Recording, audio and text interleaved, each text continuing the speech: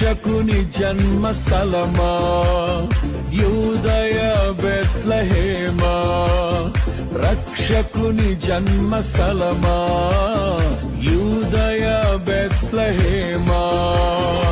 ఆరాధనలకు ఆరంభమా, హృదయార్పణలకు నివాసమా, ఆరాధనలకు ఆరంభమా, హృదయార్పణలకు నివాసమా. ఎందుకో ఇంత భాగ్యము దాచి ఉంచే ప్రభు నీ కోసము, ఎందుకో ఇంత భాగ్యము దాచి ఉంచే ప్రభు నీ కోసము. స్తుతియు మహిమ ప్రభా